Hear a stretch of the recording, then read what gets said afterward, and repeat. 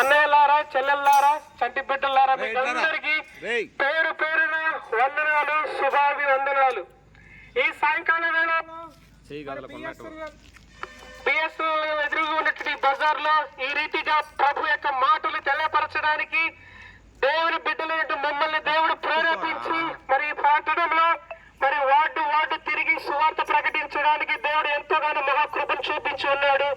అదే రీతిగా ఈ ఆదివారం కూడా మన యొక్క పట్టణంలో ఉన్నటువంటి ఈ యొక్క కాలనీలో ఈ రీతిగా సువార్త ప్రకటించడానికి దేవుడు సహాయం చేసి ఉన్నాడు. కనుక మేము తెలియపరిచే మాటలు ఏంటంటే అమ్మా, హల్లెలూయా.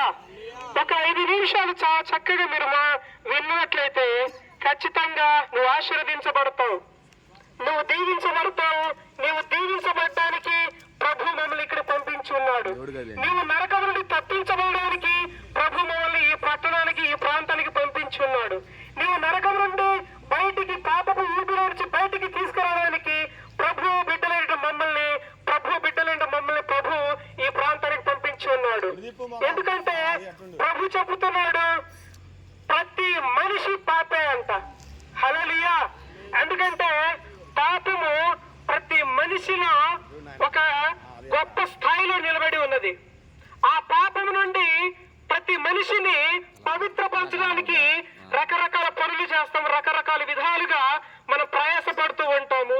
మన స్వనీతి వలన ఏ మానవుడు పరిశుద్ధి కాలేడు. యజ్ఞాల ద్వారాను, వ్రతాల ద్వారాను, పూజల ద్వారాను, రకరకాల ఉపవాసముల ద్వారాను ఏ మానవుడు పవిత్ర కాలేడు. గాని ఈ మానవాన్ని సృష్టించినటువంటి భగవంతుడే ఈ మానవుని యొక్క పాపాన్ని కడగడానికి ఆయన ఈ భూమి మీదకి వచ్చినాడు. 2024 సంవత్సరాల క్రితము ప్రపంచ నడిబొడ్డు అయినటువంటి యెరూషలేము పట్టణమునందు దావీదు యొక్క పట్టణమునందు యేసుక్రీస్తు నీ కొరకు నా కొరకు పుట్టి ఉన్నాడు. ఆయన ప్రభువుని యేసుక్రీస్తు. ఆ యొక్క రక్షకుడిని నువ్వు అంగీకరిస్తే చాలు. యేసు ప్రభు నమ్ముకోవాలంటే, ఇదిగో మన పాపాలు పోవాలంటే రకరకాల యాగాలు, యోగాలు, రకరకాల పూజ పురస్కారాలు, రకరకాల పనులు చేయాల్సిన అవసరం లేదు. తల్లులారా, అమ్మలారా, అక్కలారా, ఒక యేసు రక్తము నీ యొక్క జీవితంలో కనుక నువ్వు ఆహ్వానించుకుంటే ప్రతి పాపము నుండి యేసు ప్రభు నిన్ను పవిత్రపరచడానికి సిద్ధంగా ఉన్నాడు. ఆయన సిద్ధపడి వచ్చినది దేనికో తెలుసా? ఇదిగో కులాలు మార్చడానికి కాదు, ఇదిగో మన జీవితాలు మార్చడానికి, ఇదిగో నీ ఆస్తిపాస్తుల్ని ఆక్రమించుకోవడానికి కాదు, నిన్ను తన మహిమ రాజ్యంలో ఒక నివాస స్థలం ఇవ్వడానికి. అలాంటి గొప్ప దేవుడు నీ కొరకు, నా కొరకు 2020 సంవత్సరాల క్రితం పుట్టి ఈ భూమి మీద 33 సంవత్సరాలు జీవించి నీ కొరకు, నా కొరకు మనం అందరము చేసినటువంటి పాపము ద్వారా మనం నరకానికి పోవాల్సిన వారుగా ఉన్నప్పుడు ఆ యొక్క తండ్రి ఇదిగో నీ కొరకు, నా కొరకు కలవరి శిలువలో ప్రాణం పెట్టాడు.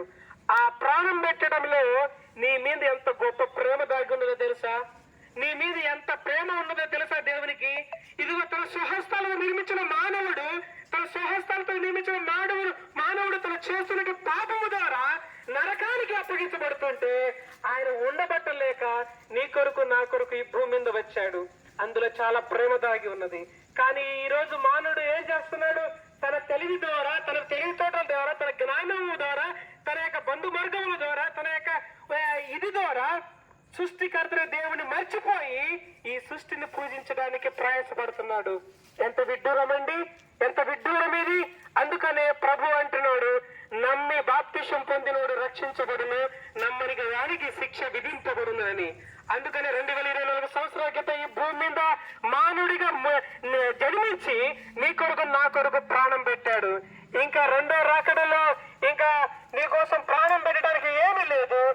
ఎవరైతే ఆయన అంగీకరించి ఉన్నారో వారందరినీ తీసుకెళ్ళడానికి ఆయన వస్తున్నాడు. కనుక ఇదిగో విడవబడే గుంపులో నువ్వు ఉంటే ఇదే అనుకూలమైన దినము. ఇది ఈ మాటలు వింటున్న నువ్వు ఒక్కసారి ఆలోచన చేసుకో. యేసు ప్రభు గురించి ఎందుకు ఈ రీతిగా వీళ్ళు మాట్లాడుతున్నారు? యేసు ప్రభు గురించి ఇంత ఆర్భాటం ఎందుకు ప్రకటన చేస్తున్నారు? ఏమి దాగి ఉన్నది దాంట్లో సత్యము అని తెలుసుకోవడానికి ప్రయత్నం చేయి. దేవుడు నీ హృదయ తలుపులను దేవుడు తెరుచును గాక. ఆమేన్, ఆమేన్, హల్లెలూయా. చిన్న ప్రార్థన చేస్తాను. మీకు ఎవరికైనా ప్రార్థన అవసరత ఉంటే దైవజనులు ఇక్కడ ఉండి ఉన్నారు, మీ కొరకు ప్రార్థన చేస్తారు. మీ హృదయము తలుపు తెరవడిలాగా నేను చిన్న ప్రార్థన చేస్తాను కనుక అందరూ కళ్ళు మూసుకొని ప్రార్థనలు ఏకీభవించండి. ప్రార్థన. సకల ఆశీర్వాదులకు కారణభూతుడైన మా ప్రియ పరలోక పరమ తండ్రి, నీ నామాన్ని బట్టి నీకు వందనాలయ్యా. ఇదిగో నాయన ప్రభువా, ఈ యొక్క ప్రాంతంలో నీ బిడ్డలైన మేము అందరము ప్రభువా అయా నీ మాటలు అయా నీ పాటలు ప్రకటించడానికి, నీ సువార్త ప్రకటించడానికి అయ్యా మీరు చూపించిన గొప్ప కృపకే నీకు స్తోత్రములు నాయన. అయా ఇప్పుడు దాకా ప్రభువా నీ బిడ్డలను మేము అందరము నాయన అయా నువ్వు ఇచ్చిన గొప్ప కృపను బట్టి నీ మాటలు ప్రకటించి ఉన్నావు నాయన. అయా ఇదిగో నాయన ప్రభువా, విత్తనాలు విత్తి ప్రభువా మేము బయలుదేరి వెళ్తుండగా ప్రభువా అయా సారవంతమైన నేలలో పడి ప్రభువా అయా ప్రభువా తండ్రి ఈ ప్రాంతాన్ని మార్చమని ప్రార్థిస్తున్నాము నాయన. ఒక్క ఆత్మని రక్షించబడి ద్వారాలు తెరవని ప్రార్థిస్తున్నాము నాయన. అయా ఇదిగో నాయన ప్రభువా ఈ భూమి ఎందు ప్రభువా ఏ ప్రయాసములో కానీ ప్రభువా వ్యర్థమవుతుంది ఏమో గాని నీ ఎందు ప్రయాసం వ్యర్థము కాదు నువ్వు తెలియపరిచున్నావయ్యా. నీ బిడ్డలమైనట్టు మేమందరం ఐక్యత కలిగి ప్రభువా నీ పనిలో ప్రభువా నీ సువార్త ప్రకటిస్తుండగా ప్రభువా ఇదిగో నాయన ప్రభువా ఒక్క ఆత్మ ప్రభ రక్షించబడి సహాయం దయచేయండి.